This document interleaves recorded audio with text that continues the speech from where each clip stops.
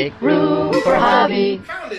Welcome to my Project a Day video, where I explain a project or tell a story each day for a year, and I attempt to complete my shop. Okay, so today what we're going to do is take care of racks 2, 4, and 6. The even racks still have purple items in there. I'm going to take them down and stack them away, and then we'll continue with the sort process. Should be a lot easier with the racks being empty. I can organize them as I wish. Here we go. Today I'll share a story of my buddy Carlos Calvo. When I moved into my own home in 1999, I met a very social butterfly in the neighborhood called Esteban. He was named after his father, but nicknamed Macho. Now, Macho was the welcome wagon of the neighborhood, and through him I met Steve and Lydia, my then neighbors, and we became real close over the years, to the effect that we still keep in touch and occasionally visit with each other even now, long after we've all moved out of the old neighborhood. And speaking of the old neighborhood, Steve introduced me to Carlos Calvo that first week, God rest his soul. Carlos was working as a Stanley Bostitch rep at the time, always the quintessential businessman. Carlos had a bachelor's in business administration, and throughout our relationship moved up from client to client, always making wise investments and good business decisions. As a fellow adaptive and mechanically minded father in suburbia, Steve and Carlos and I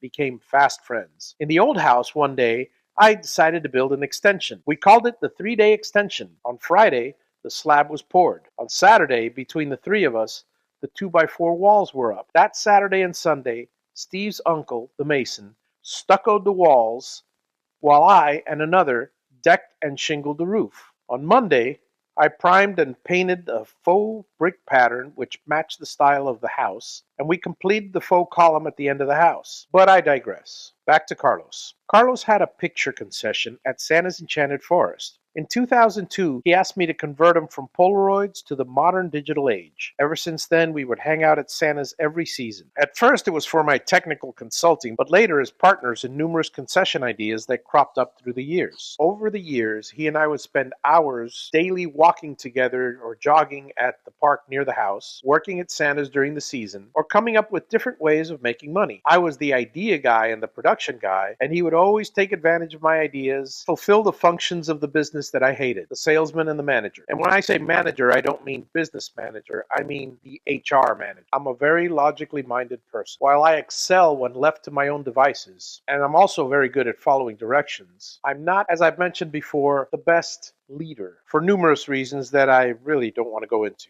Carlos and I would often hang out at his lakefront bar. He'd call me Pyro Boy, as I would be in charge of the fire in his outdoor fireplace. He had this fantastic little fireplace. You know, that inverted metal funnel type of fireplace with three 3-foot stacks for the chimney. Well, I piled on the wood, and there was occasionally a 3-foot flame shooting out of the top of the already 10-foot high stack.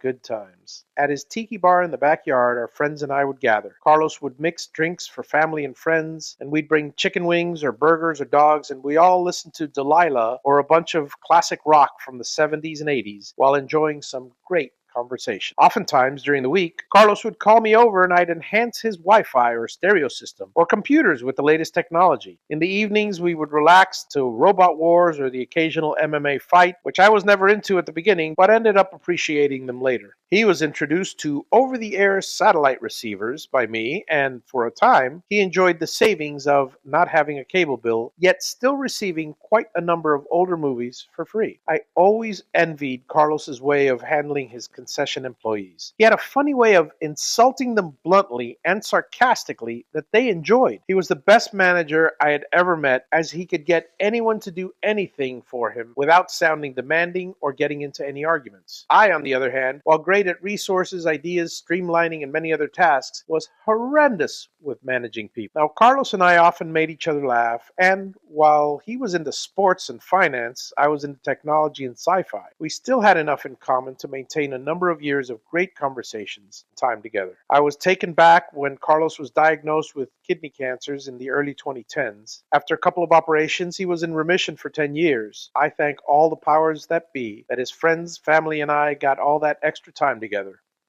In or around 2019, the cancer came back with a vengeance. By this time, I was traveling up here on a monthly basis, clearing land and preparing the house build. I had hopes that Carlos would see this house, the site, or even the property during his lifetime, but it was not meant to be. Carlos passed away a few years ago in 2022, and I continue to miss his counsel, his company, and his conversation. I wish that he was here today, and as I've said before to the growing number of friends moving on from this life, as long as I and others you have touched are here, you'll be remembered well. Thank you for watching. Feel free to comment. I enjoy reading them, particularly when they're pleasant. Please subscribe, and as always, have a great day.